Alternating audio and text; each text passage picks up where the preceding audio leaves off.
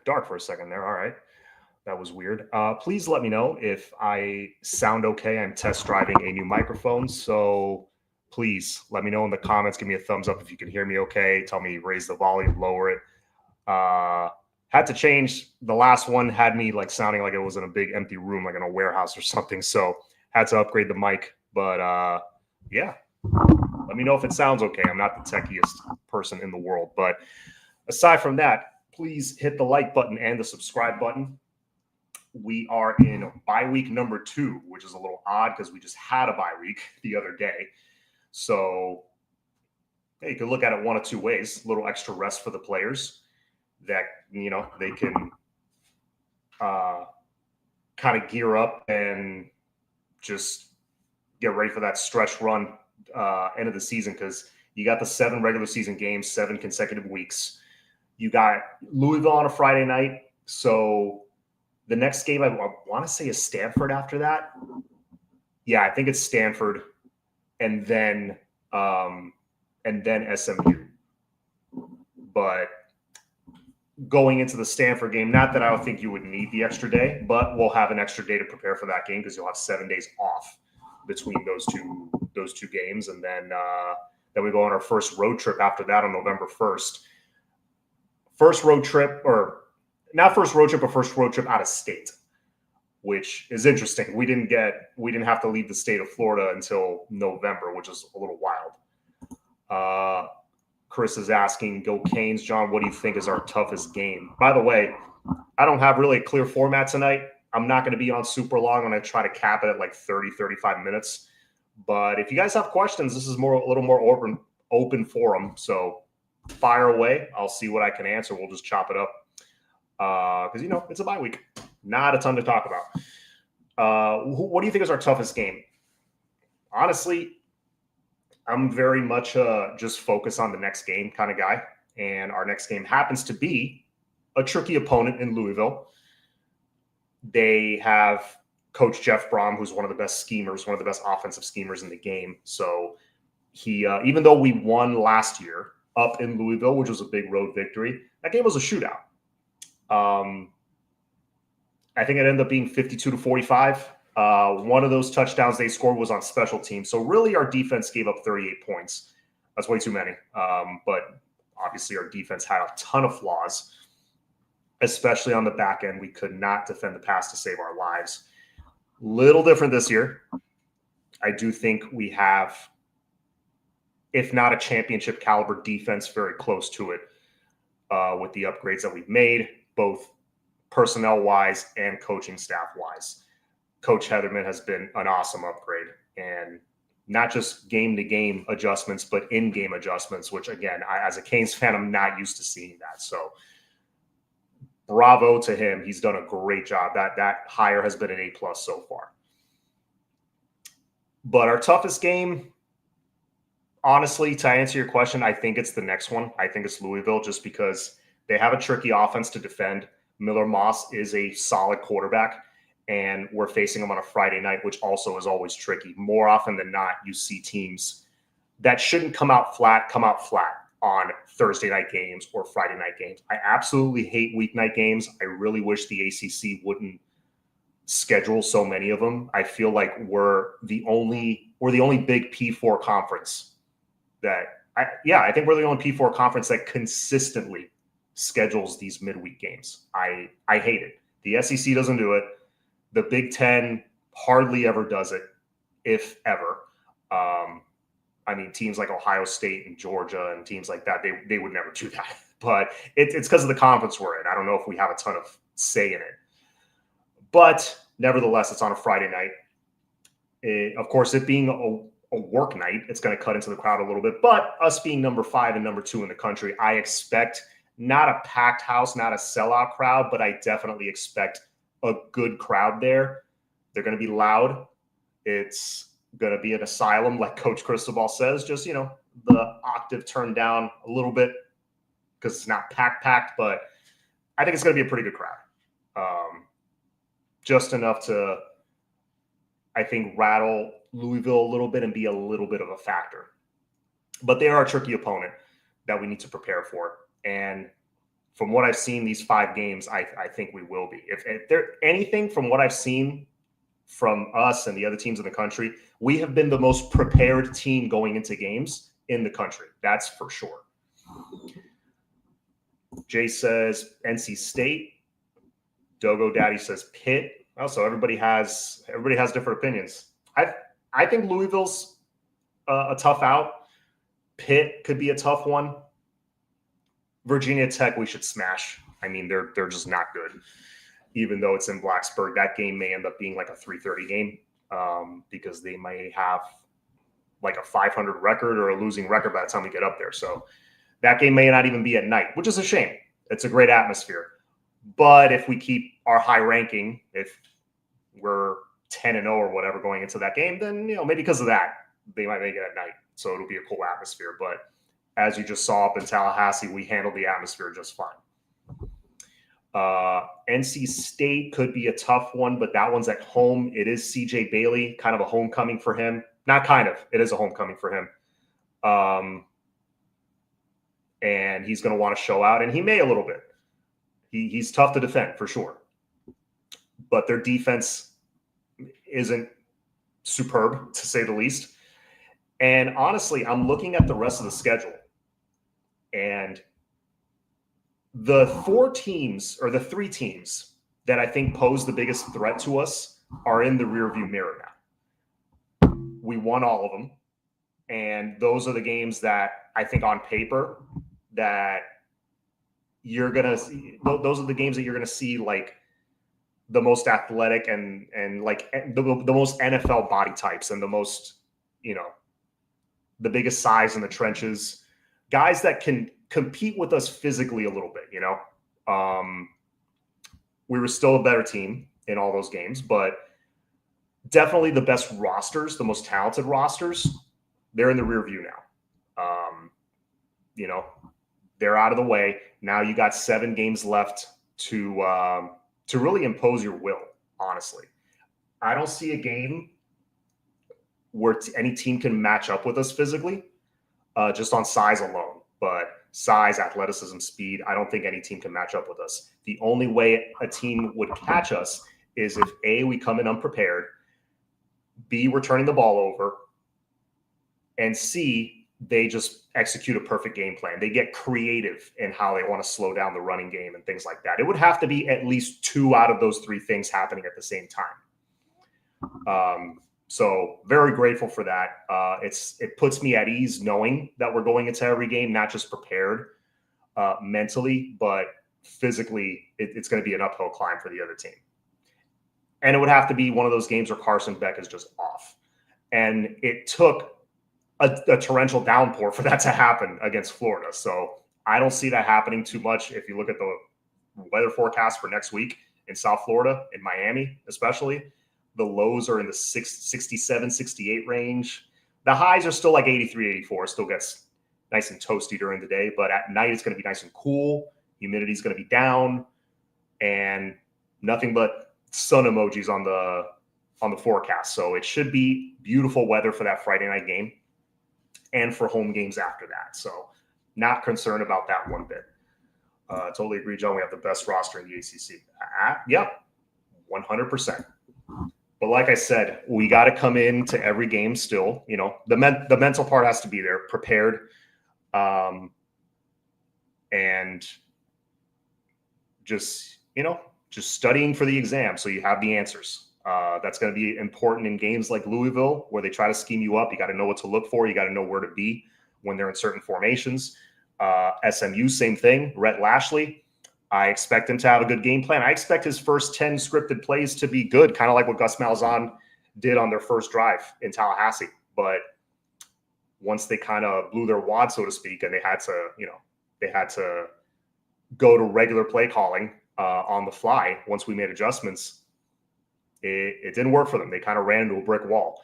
So I kind of expect the same thing to happen in SMU, and I expect us just to play bully ball with them because, like I said, they don't have the body types that we've already faced in the first few games. We got through that little gauntlet.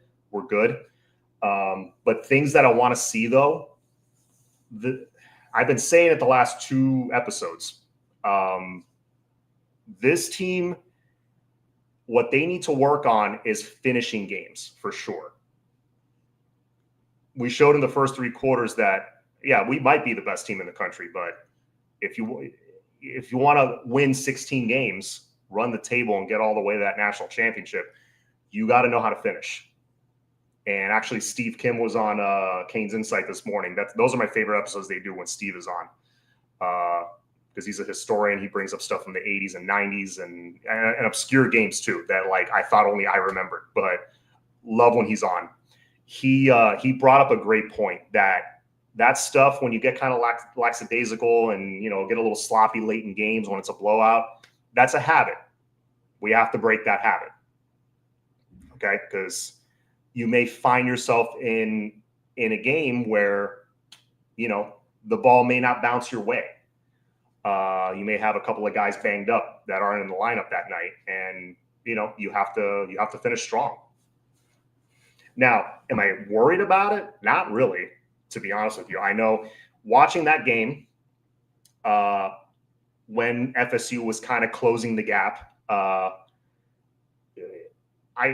watched it on TV. I watched it from home, and the camera panned to Mario multiple times, and he was pissed.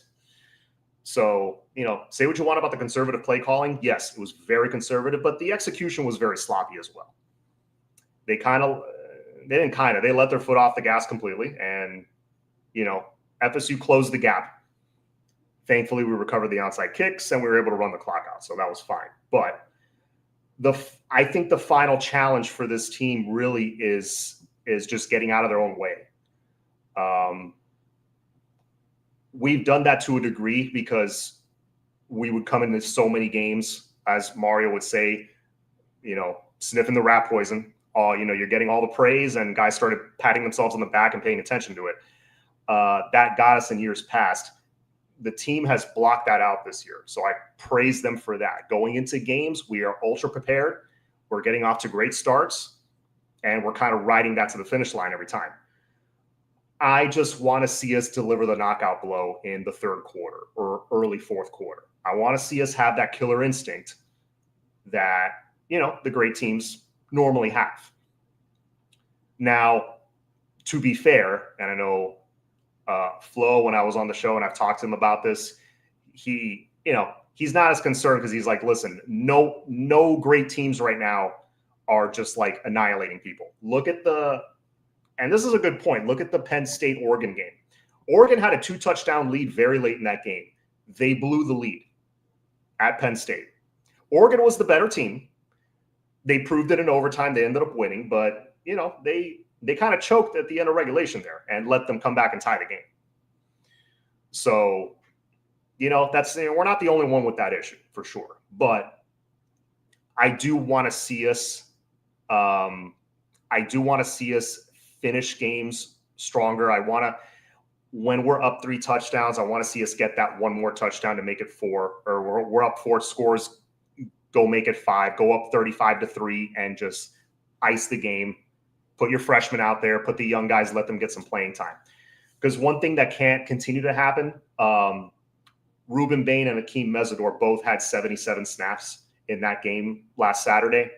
That can't continue.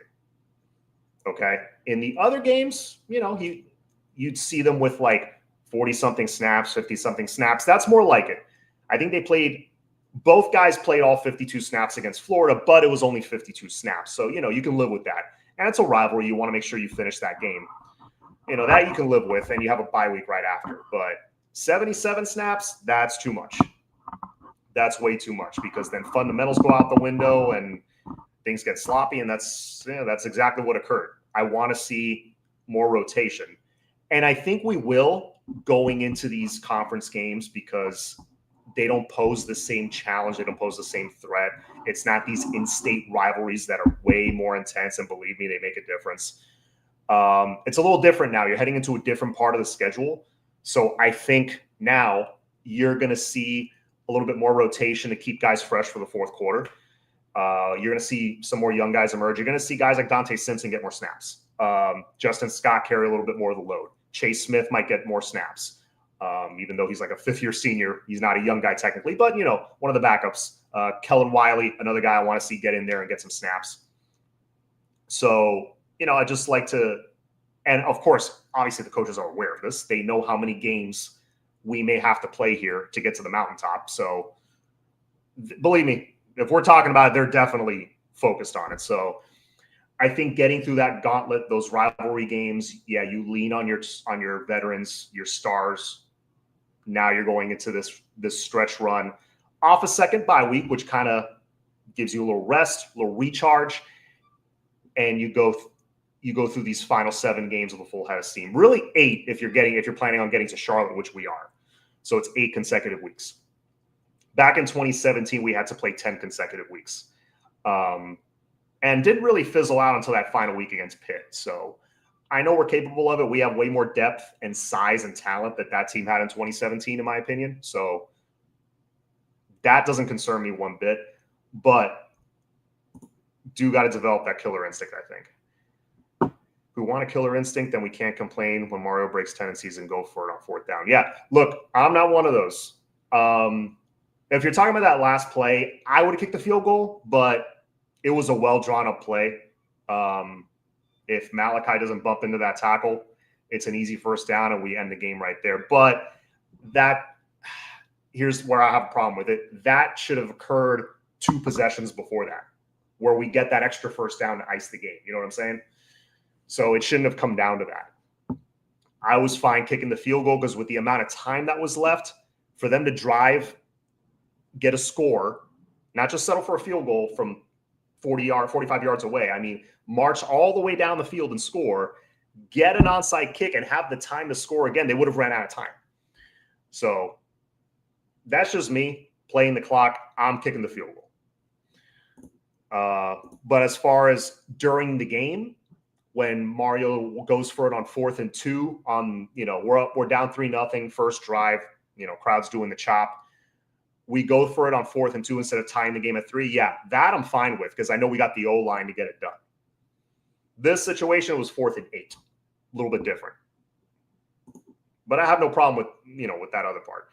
I agree you do have to have a killer instinct.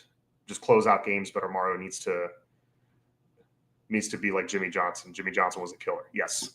No, he absolutely was. Had amazing talent. But yeah, Jimmy was a killer. And yeah, I just think if you see your players are being a little sloppy at the end of the game, I think that's when Dawson has to kind of step in, or Mario, whoever. I know Dawson's technically at the controls with the offense, but if Mario has any influence, and I think he does, because when these games are when we're 3-4 touchdowns up, we call the game a certain way. We go very run heavy. And again, if the execution's there, fine. But if the execution is sloppy and guys are, a little lazy, not finishing their blocks and things like that, that's when you got to step in as a play caller and help your guys out and draw something up. Call an end around, a quick slant, something. There was one quick slant that Carson, it was the one bad pass he threw the whole game. There was a chance right there to end it. And, he made a bad throw. He threw it behind the receiver. So both kind of go hand in hand. Both have to work. But if the coaches see that happening, you got to help them out and open things up a bit. Maybe get a little more aggressive on defense as well. Maybe not play so much prevent. Just my thoughts. But that's kind of the last demon they have to conquer, is just learning how to play with the lead, because, you can't play with your food, especially in the ACC. They find a way to get you. There's always really good coaching in the ACC. There's always like sneaky good talent in the ACC. They can find a way to out scheme you, out trick you. So don't let that happen. Bury them early. That way the game's over and I can be stress-free watching the second half, and it's a much more enjoyable watch. Like you said, it's hard to start the engine again. Absolutely. I'm a firm believer in that. Bad throw by Carson could have attributed to that. 100%.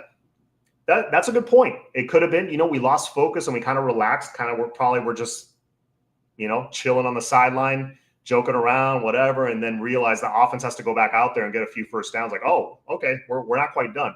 If you guys played sports growing up and stuff, it's like you've been in that it's like you're up a lot and then all of a sudden you're not up a lot. And you're like, oh, crap, we got to get back to playing again. It's hard to get that cranking again. That's why you got to step on their throat when you have the chance. When you're in the battle, keep going, keep driving it. But yeah, I agree. I'm a firm believer in that it's really hard to get the engine started again. It happened in 2002 in the Fiesta Bowl. After the bad call, you just saw our team wilt. Is you saw like they just like didn't have it in them. That adrenaline dump is like it's hard to reel back in. You know what I mean? They thought they won a national championship. All of a sudden, they got to step out back on the field, put their helmets back on, and go play again. It's a hard thing. So you got to keep your focus. They wouldn't have ran out of time had we kicked the field goal. And if they needed to score 2 touchdowns, instead of 25 seconds left. Yeah, no, that's what I'm saying. With the amount of time that was left, kick the field goal. That would have put it out of reach on its own. They would have had to take bigger shots down the field, and one of them would have been picked off probably. Or Castellanos would have been sacked or something. I was concerned until I heard the players themselves in their interviews. Yeah, no, they weren't satisfied. They weren't satisfied for sure. And neither am I. I'm not fully satisfied. I need to see them finish. John, I am mad we're not playing South Carolina home and home series anymore because the SEC and ACC playing a 9-game schedule. I was looking forward to playing South Carolina next year. I was looking forward to it as well because we would have opened the season, I think, in South Bend and then in South Carolina. I think it would have been back-to-back road trips. Or maybe Notre Dame, and then we come back and play like FAMU or something, and then you go up and play South Carolina. That would have been a cool start to the season, honestly. Nationally televised games, probably. But yeah, it kind of sucks. Definitely. 2017, I hated the fact that we were 10-0 ranked number 2 behind Bama that year. And for us to lose to a 4-7 Pitt at the time sucked. It was memorable. Yeah. Yeah. I think definitely a lot of guys were banged up, and I think us having to play 10 consecutive weeks was attributed to that. If you guys remember, the way that schedule was set up initially was actually let me see if I can find it, because the Hurricane Irma came through Miami, and I think we were supposed to play FSU like week 3 or something. And they had to push it back into our bye week. Miami Hurricanes 2017 schedule pre Hurricane Irma. Let's see if I can find that. Oh, that's right. This is how it was before Hurricane Irma. Remember, we had to cancel one of our games. We didn't play a full 10-game schedule. We played 11, so we were 10-1 in the regular season. So in 2017, before the hurricane came through, we opened the season at home against Bethune. I remember that. I was at that game. And then the next week, we're going to have to travel on September 9th to Arkansas State.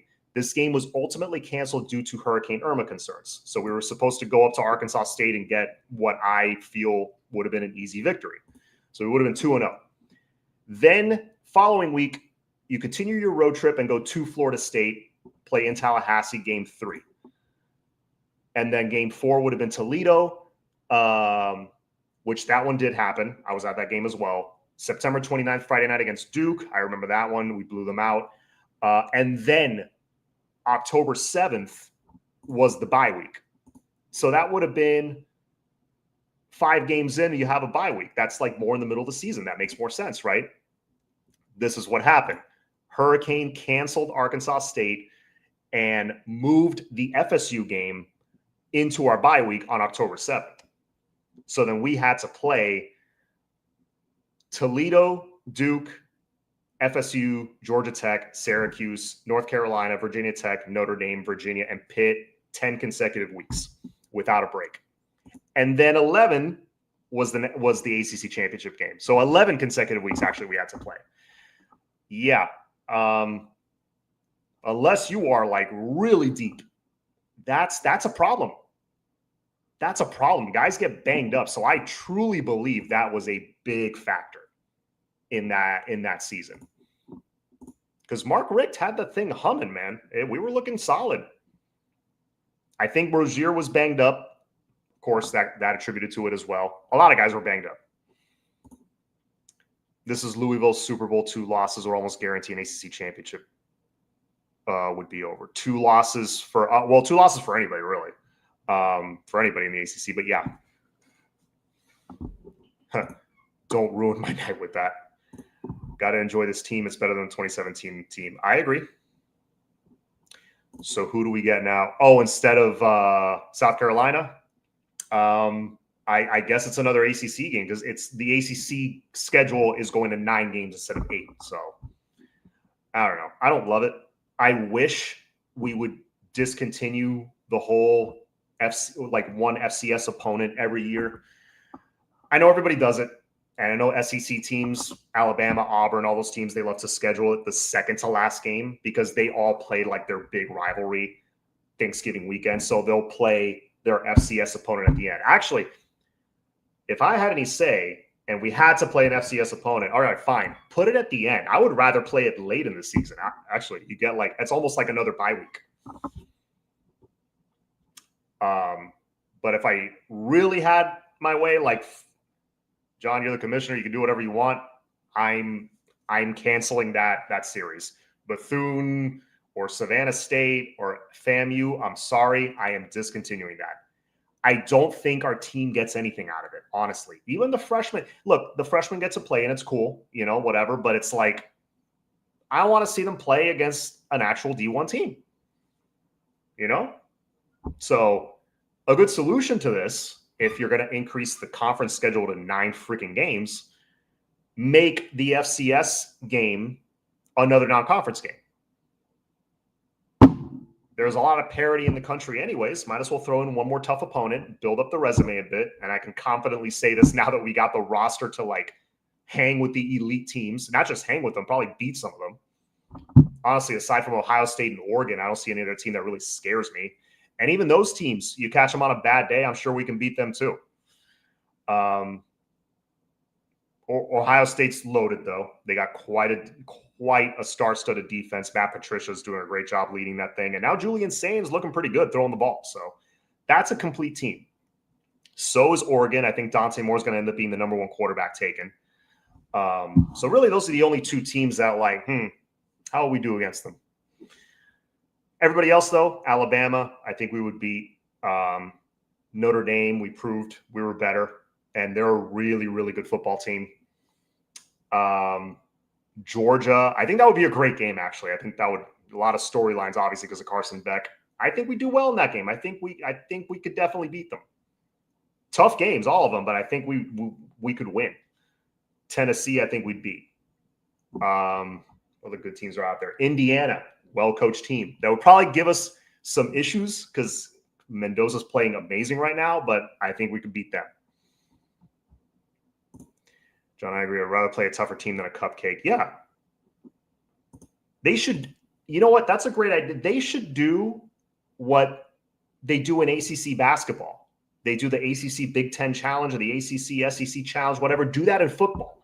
Play an SEC team every year or play a Big Ten team every year.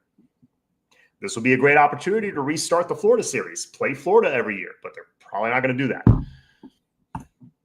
That will never happen even if we play at decent D1 opponents. The youngins won't get in the game because it ain't no blowout. Well, I mean, the idea is to play and get more blowouts, of course. But honestly, Jacoby, let's say your only blowout is that game. Okay, the youngins get to go in and play. It's okay, I scored a touchdown. Again, this is no disrespect to those schools. I mean, no disrespect at all, but it is a different level of college football. You got these elite guys blocking for you and stuff. It's yeah, okay, I just scored a touchdown on these guys in the 4th quarter of mop-up duty. Does it really do anything for you? There was also a stretch during the Coach Mark Richt days where the defense had to play almost 100 snaps on back-to-back games, Syracuse being one of them. That's right. I remember that. Let me go back to that schedule really quick. Yes. We played – oh, damn. Originally, the Georgia Tech game was supposed to be a night game. Interesting. Didn't know that. That was that rainy game where Daryl Langham made that catch off the deflection. That game was supposed to be on Thursday. I'm kind of glad it wasn't. Then you played, and then you would have had 10 days off to play Syracuse, man. That schedule would have been so much nicer. So we played Georgia Tech, Syracuse, North Carolina. I know in all three of those games, our defense played a ton of snaps. I remember that.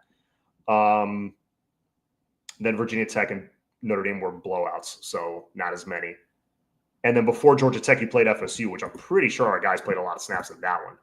Yeah, that was a good call. Yeah, there was a stretch in that season where our defense was out there a lot.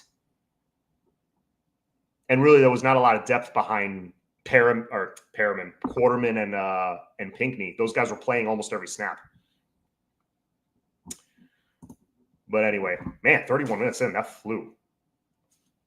If I recall correctly, our QB was hurt. Rozier? Yeah, no, he was banged up. He was not 100% in that Pitt game, and you could see it. John Shields, no Flowers yet. Last year we were 9-0. Then what happened? This year we were 5-0. Long way to go. I 100% agree. I'm just stating it like it is. From what I've seen, yeah, we've looked like one of the best teams in the country so far. I need to see us continue it. I need to see us stay focused. And I need to see us blow teams out so guys can get rest. That would be great. I know it's tough to pull Bain out of a game because he wants to be in there for every snap, and I love that. I love that he's such a dog and a gamer. And I love that we have a few guys like that. I think Jacoby Thomas also played like 80 snaps on Saturday. Awesome. He even had a banged up shoulder. He had to come out for like 1 or 2 snaps, and that was it. So, those nicks and bumps and bruises add up, though. And I need Jacoby Thomas in the game when we're at Pitt trying to lock up our spot in the ACC championship. I need our dudes in there. So save that mileage, which I'm sure I almost said Mark Rick. I'm sure Mario Cristobal, I'm sure they're focused on that, and I'm sure they want to finish games strong. I know they're working on it just based on how he sounded in interviews this week, how the players have sounded. I know they're focused, and I know they're going to work on it. They got a week off here to heal up a bit,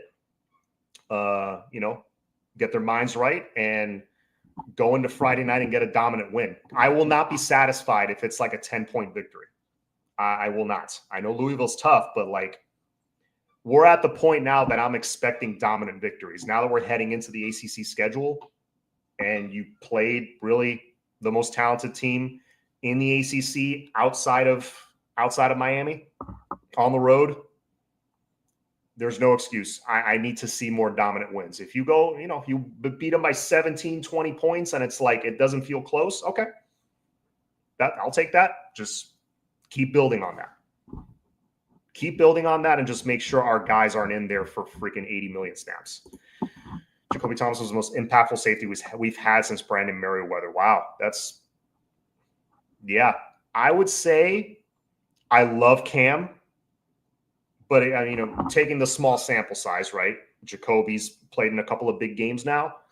Yeah, I would say he's been our most impactful since the Kenny Phillips, Brandon Merriweather days. I would agree with that. He's kind of in that mold of those guys. That's actually a great comp. He reminds me a lot of both those guys. Poiser, dude's a gamer.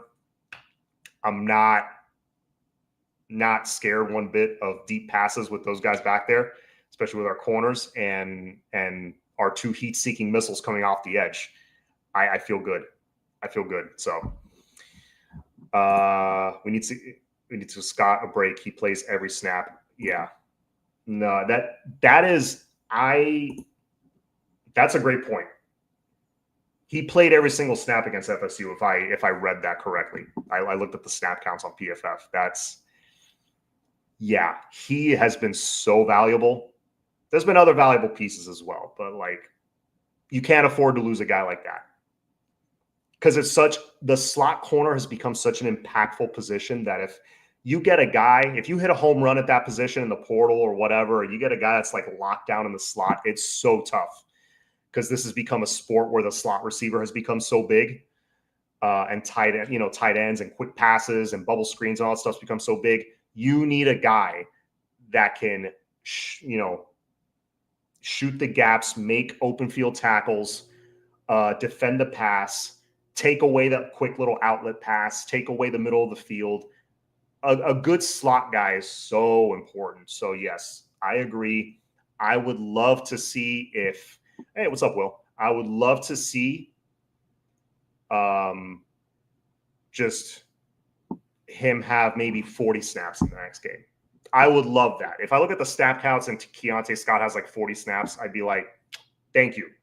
Thank you. That's what he needed. He needed a break.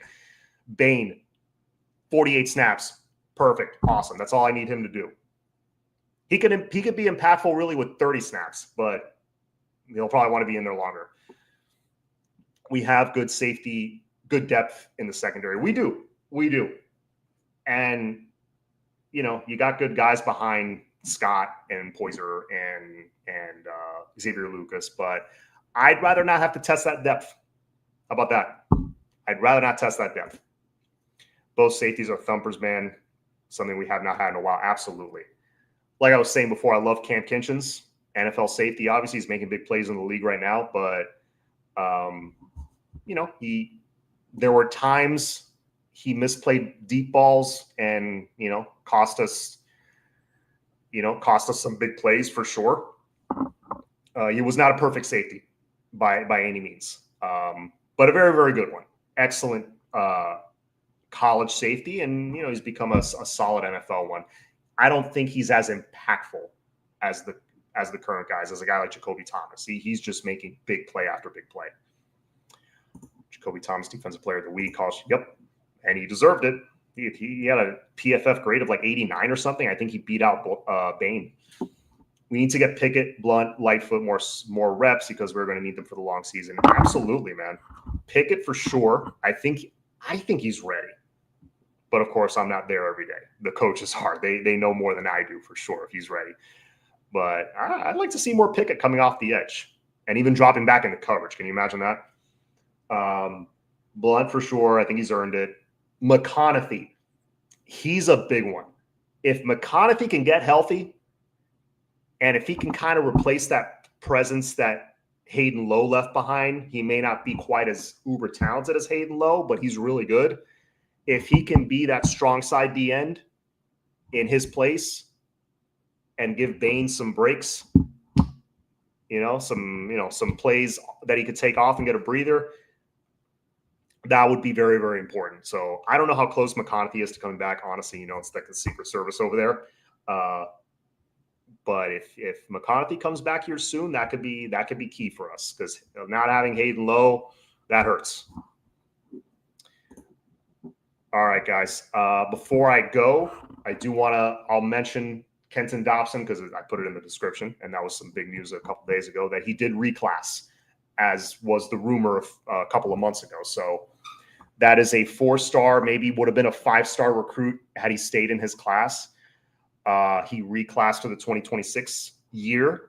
So basically he's in his senior year right now. He would come in with this next recruiting class in 2026, probably in the spring. He's an elite talent. Love him. Versatile, can cross-train him, corner, safety, slot corner. He's kind of like a Damari Brown in that sense. Similar body type, big. I think he's like 6'1" already, 200 pounds or close to 200 pounds, are like already in high school. Kid's huge. Kid's huge for being such an elite corner. I'm very, very excited that he reclassed. I think that's a great sign for us because the only other school that was kind of kicking the tires there, well, more than kicking the tires, I think there was genuine interest from on his side was going to North Carolina, but North Carolina is such a dumpster fire right now.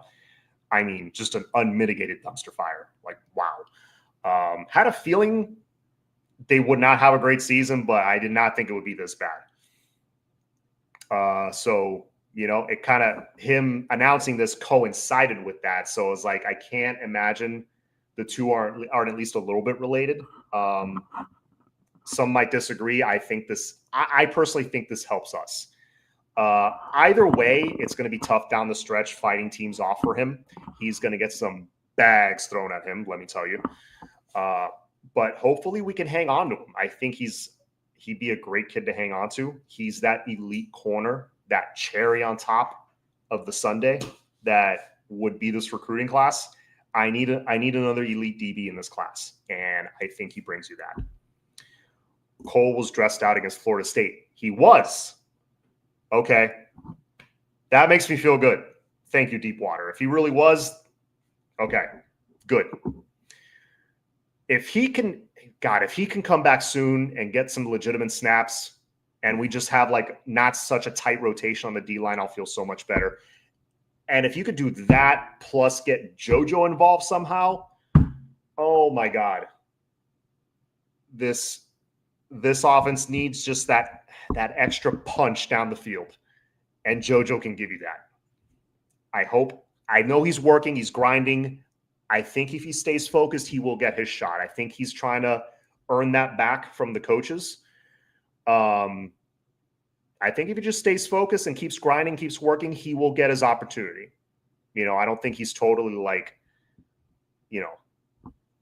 kicked to the curb or anything like that. He's dressed for every game now. He's practicing. I think the coaches just need to see that like a little bit more from him, and he'll be back soon. I still have faith. I know JoJo has become like Sasquatch, like Bigfoot. Like, hey, does he really exist? Yes, he does, and he's excellent. I need to see that dude on the field. Like, oh my God, would that add an extra dimension? Carson Beck, I'm sure he would be thrilled as well. John, if you had to pick, are you picking the current receivers or last year's wide receivers? That's an interesting question, because I'm thinking, like, how would this group of receivers have done with Carson Beck? How would the current receivers do with Cam Ward last year? Can you imagine Cam Ward throwing to Malachi Tony? Oh, Jesus. Oh, my God. But in a vacuum, all of the things being equal, I would pick this year's receivers, because I think Keelan Marion's been a nice, pleasant surprise. He's done a pretty good job. CJ Daniels has been a beast, and Malachi Tony has been probably the best freshman in the entire country. Maybe the best slot receiver in the entire country, period. So I'm going this year's just because I see more NFL upside with this year's class. I could see Keelan Marion going to the league with his speed, his return ability. CJ Daniels, you see now completely healthy, what he's capable of. Oh my God. Really good. Really freaking good. Big body dude. He can get down the field, great hands, reliable, good leader. I see NFL all over that kid. I think this year's guys are more talented. Yes. That's what I'm getting at for sure. Malachi Tony, if he keeps on this track, he'll be a star at the next level. But anyways, I wanted to be off like 10 minutes ago. So let me cut it off here. Thank you guys so much for being on. Hit the like button, hit the subscribe button. Shout out to the degenerates in the Discord with Miami Flow Discord. Shout out to all you guys. And shout out to Flo himself, having me on his show every week for 5 years now. It's been, it's been great. Very grateful for that. It's been through my show as well, but through that I've gotten a chance to meet a ton of you guys through tailgates and whatnot. And it's been fun, man. And I want to continue it. And the more this team wins, the easier it is to keep doing this show. So let's keep the winning going. Anyways, have a good night. Go Canes. Enjoy your weekend.